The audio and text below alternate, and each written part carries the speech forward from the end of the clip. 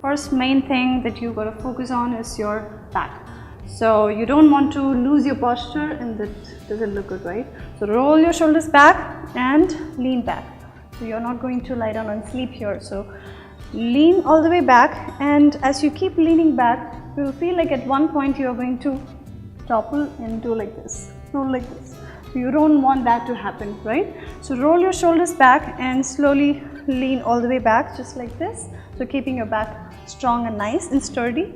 And from here, as you inhale, lift your legs slowly off the mat and keeping your upper body position straight right there, and slowly keep breathing normal breath here. Inhale, lift your legs all the way up. Now if you want to hold your legs like this, you could always support your arms just like this behind your thighs, and if you want to leave the arms and still hold the posture, then slowly release your arms to the sides of your body and hold the posture, not your breath. So remember to breathe for 5, 4, 3, 2 and 1. Slowly release and come back.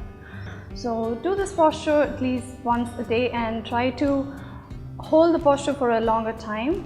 So 5 breaths and then take a break, and when you take the second rep, extend up to 6 to 7 breaths and take it as long as you can hold the posture.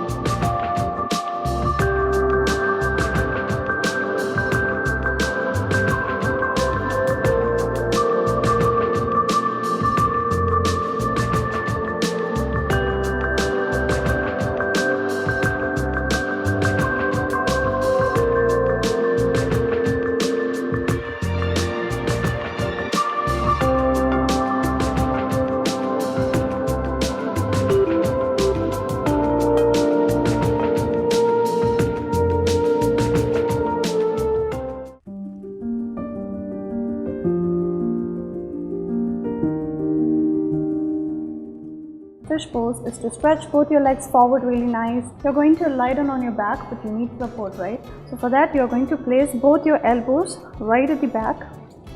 By placing the elbows down to the mat, open your heart first as you inhale, and slowly as you exhale, drop the crown of the head all the way down to the mat. Now from here, if you cannot reach the floor, you can always adjust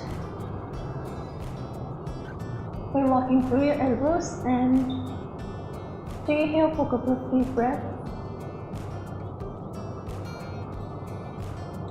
So it opens up your heart, the neck and the crown chakra.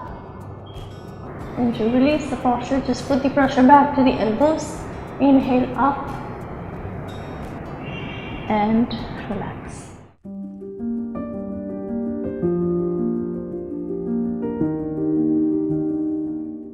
Begin with Sarvangasana. Again, lie down comfortably on your back and bring your legs all the way up, just like in Viparita Karni. So inhale, bring both your legs up and slowly bring both your legs up towards the sky. So let me show you the difference here. So for Viparita Karni, your hips were way too lower, just like this. So my chin and the chest are apart. And for Sarvangasana, the actual shoulder stand, you push your hips all the way forward and bring your chest closer to your chin and elongate the lower part of your body, creating nice inversion. So your blood is inverted here. Just keep your breath normal and hold the posture for as long as you can, strengthening your shoulders here. Hold it for 5, 4, 3, 2, 1, and to release, gently bend your knees and bring yourself down take it really slow and nice, and relax your legs.